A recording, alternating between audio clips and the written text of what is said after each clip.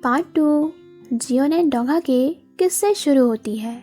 Xeon तो कश्मकश में है कि डोंगा जिसे कल उसकी बहस हुई थी वो भला उसे अचानक से किस क्यों कर रहा है। लेकिन जो भी हो, आज अगर डोंगा जियोन को किस नहीं करता, ऐसा प्रिटेंड नहीं करता कि वो जियोन में इंटरेस्टेड है, तो फिर सबके सामने जियोन का मजाक बन जाता। डोंगा का इरादा तो सिर्फ जियोन के इंसल्ट होने से रोकना है। उसे ये बात पसंद नहीं आई कि जियोन के इंसल्ट करने के लिए उसके ही कलीग्स ने सुजियोल को हायर किया। लेकिन जियोन तो डोंगा के किस करने से अलग ही फील कर रही है। रेस्टोरेंट का ओनर इन्हें कपल समझकर वाइन की बोतल गिफ्ट करता है। डोंगा भी जियोन के साथ ऐसा बिहेव कर रहा है जैसे वो सचमुच जियोन का बॉयफ्रेंड हो। सारे कलीग्स ये सब देखकर सोच में पड़ गए हैं कि इस चुड़ैल जियोन का क्या सच में इतना हैंडसम और यंग बॉयफ्रेंड है। सोजियोल की हरकतों के बाद जियोन भी उसके पास जाकर उसके लुक्स को भला बुरा कहने लगती है, क्योंकि सोजियोल ने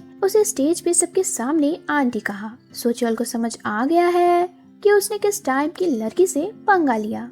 पार्टी में गर्लफ्रेंड बॉयफ्रेंड का दिखावा करने के बाद जब ये लोग बाहर आते हैं तो एक बार फिर इनकी तू मैं शुरू हो जाती है। जियोन की शिकायत बस यही है कि डोंगा ने उसे किस क्यों किया। क्या डोंगा को जियोन पे तरस आ गया या वो अपने पार्ट टाइम जॉब्स के जैसे लिप्स की सर्विस भी देता है। मतलब एक इंसान ने उसे पूरे स्टेज के सामने रिजेक्ट कर दिया और दूसरा शख्स आकर उसे किस करने लगा। डोंगा भी कहता है कि तुम्हें क्या लगता है कि ये सब मैंने जानबूझकर किया? ये सब तो मैंने बस इसलिए किया क्योंकि मैं नहीं चाहता था कि तुम्हारा मजाक सबके बीच बने। इधर सोजियोल ने एफर्ट लगाकर जियोन की इंसल्ट की, लेकिन कलीग्स सोजियोल को उसके इस काम के पैसे देने से भी इनकार कर रहे हैं, क्योंकि कलीग्स के अकॉर्डिंग जियोन की इंसल्ट आज होते होते रह गई है। डोंगा अब जियोन से कहता है कि मैं ये ड्रिंक तुम्हारे साथ पीऊंगा। जियोन हमेशा की तरह अगर मैं कहने लगती है कि क्यों, मेरे अपने भी बहुत सारे फ्रेंड हैं, मैं ये वाइन उनके साथ पी लूंगी। डोंगा कहने लगता है कि ठीक है, मैं तुम्हें 10 मिनट देता हूँ, तुम अपने किसी फ्रेंड को कॉल करो और बुलाओ। जियोन भी अपनी कॉल लिस्ट में से कुछ नंबर्स पर कॉल करती है, किसी के घर भी जाती है, लेकिन मालूम होता है कि जियोन ने अपने सारे फ्रेंड से 36 का आंकड़ा बना रखा है। जियोन के साथ ड्रिंक करना तो दूर, इनमें से कोई जियोन को पसंद तक नहीं करता। जियोन भी हार नहीं मानती। डोंगा को अपनी एक फ्रेंड नारी के पास ले जाती है ये दिखाने के लिए कि जियोन की भी कोई फ्रेंड है। नारी से जियोन कभी बात तक नहीं करती, इसलिए नारी जियोन को देखकर बहुत खुश हो गई है। नारी के लिए आज लकी डे है क्योंकि आज उसकी बेस्ट फ्रेंड जियोन उसे मिलने आई है। लेकिन जियोन यहाँ भी आकर कभी नारी को टैगी कहती है तो कभी रेस्टोरेंट और नारी के हस्बैंड की इंसल्ट करने लगती है।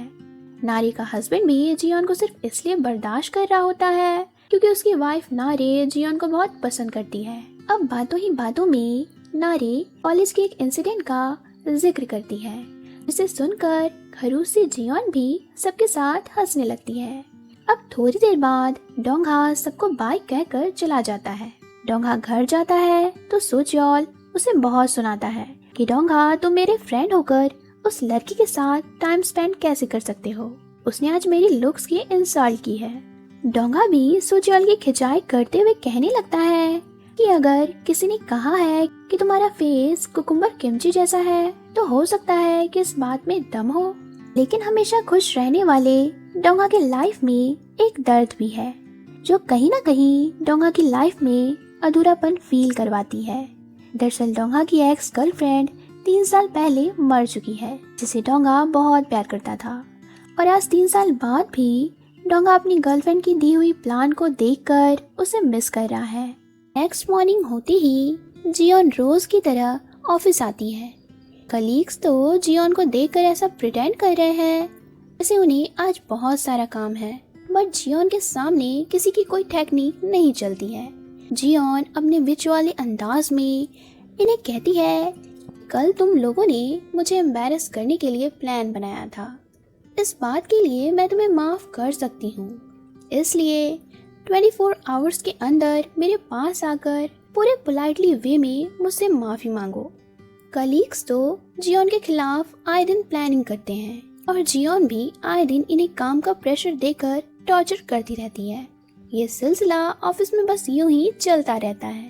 अब जियोन अपने काम में बिजी होती है और साथ ही थोड़ी परेशान भी, क्योंकि किम जो डोंग ने इस बात का दावा किया है कि रिपोर्टर जियोन ने जो उसकी वाइफ और बेटी की न्यूज छापी है वो सरासर झूठ है।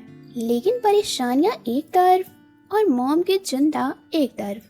जियोन की मॉम जियोन को फॉर्चून टेलर के पास ले जाने को ऑफिस तक पहुंच गई है और साथ ही जियोन को धमकियां दी जा रही है कि अगर तुम फॉर्चून टेलर के पास नहीं जाओगी तो मैं तुम्हारे ऑफिस में सबको ये बात बता दूंगी कि तुम 40 इयर्स की होने वाली हो। जियोन अब क्या करेगी?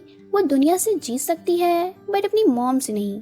इधर डोंगा तो अपनी पार्ट टाइम जॉब में लगा है और इंटरेस्टिंग बात तो ये है कि डोंगा आज सर्किट फिक्स करने उसी फॉर्चून टेलर के घर आया है जहाँ जियोन और उसकी मॉम आने वाले हैं। अब डोंगा जैसे ही फॉर्चून टेलर के घर में एंटर करता है तो फॉर्चून टेलर अपनी हरकतों से डोंगा को भी डरा देती है। मतलब पूरी नौटंकी की दुकान ही है। डोंगा अपना काम करने लगता है कि तभी जियोन और उसकी मॉम आ जाती है। जियोन के आते ही फॉर्चून टेलर अपनी प्रोसेस शुरू करती है। कभी वो जियोन को पीटती है तो कभी उस पर थूक फेंकती है। जियोन तो ये सब कुछ सिर्फ अपनी मॉम के लिए बर्दाश्त कर रही है। हद तो तब होती है जब फॉर्चून टेलर जियोन की ही मॉम से जियोन को 35 टाइम्स बैक पे पिटवाती है।